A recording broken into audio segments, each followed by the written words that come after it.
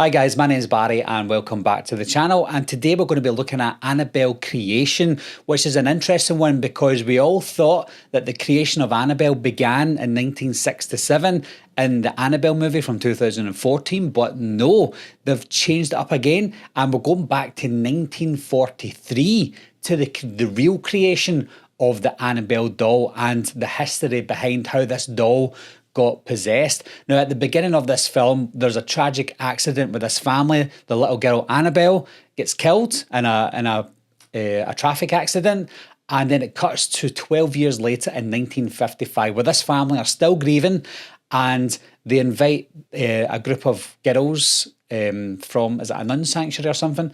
They go to this house to live. So it was a surprising change up because I was expecting Annabelle to be probably the best film in the Annabelle series because that was the first one. I know that it didn't get a really good reception, but I still enjoyed it. So watching this one, I was interested to find out what they wanted to create here because we already thought we had the beginning, but we didn't. One thing that jumps out to me straight away is they go back to basics with the jump scares.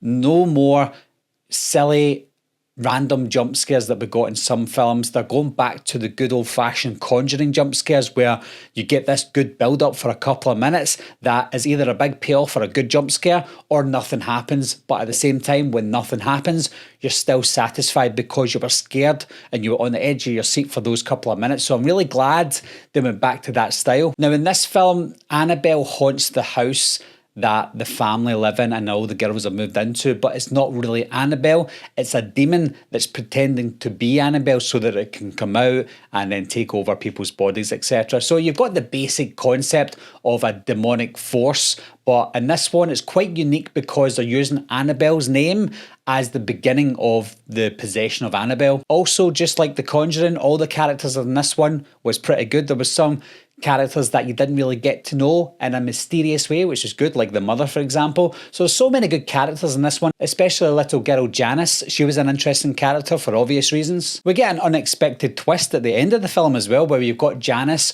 who turns out to be the adopted daughter of the Higgins family and Annabelle from 2014. That's the couple that were killed at the beginning in the Manson-style family killings. It turns out that Janice ends up becoming that girl at the beginning of the movie who takes over, and that's the beginning of the Annabelle doll, because during the movie Janice does become possessed by the demon and she manages to get away, and then she goes into the adoption system and the Higgins were the ones that took her over. Because of the poor reception that Annabelle got, I wasn't too sure how I was going to react to this one because I always think, in especially horror franchises, that the only way is down for certain franchises. And with Annabelle, it felt like that was going to be the case because Annabelle was a good film, but it felt like it had nowhere else to go but a sequel.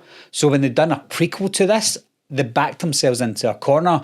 But I think it was a perfect move because by backing themselves into a corner, they had to rewrite some things and possibly fix some things as well. And by doing that, I think they've done the world a good. And it also made me appreciate Annabelle more because we know now where that character came from at the beginning and why Annabelle has become Annabelle. So if anything, Annabelle Creation was not only a great film, but it also made Annabelle 2014 a really good film as well. If we look at some of the scares that I was talking about were the really good build-ups, if I look back in all the franchise, I won't talk about this just now or what's my favourite, but if I have to look back on some of the good jump scares or the good memorable moments, I think Annabelle Creation has got some of the best moments in the entire universe. After seeing Annabelle Creation as well, I had higher hopes now, not just for the Conjuring universe, but for any future Annabelle films that they might make, obviously from this point, because they know how to make a good Annabelle movie. They know how to go back to basics with the jump scares.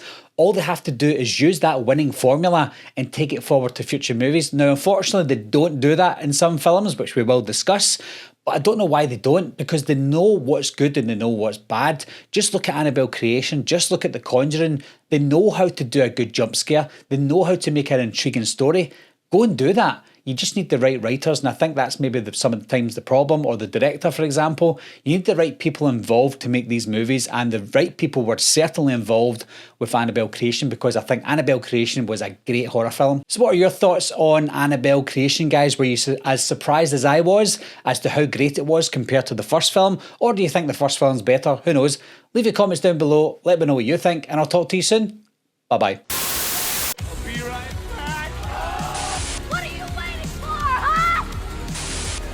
Coming to get you, Barbara. Ever played Skin the Cat?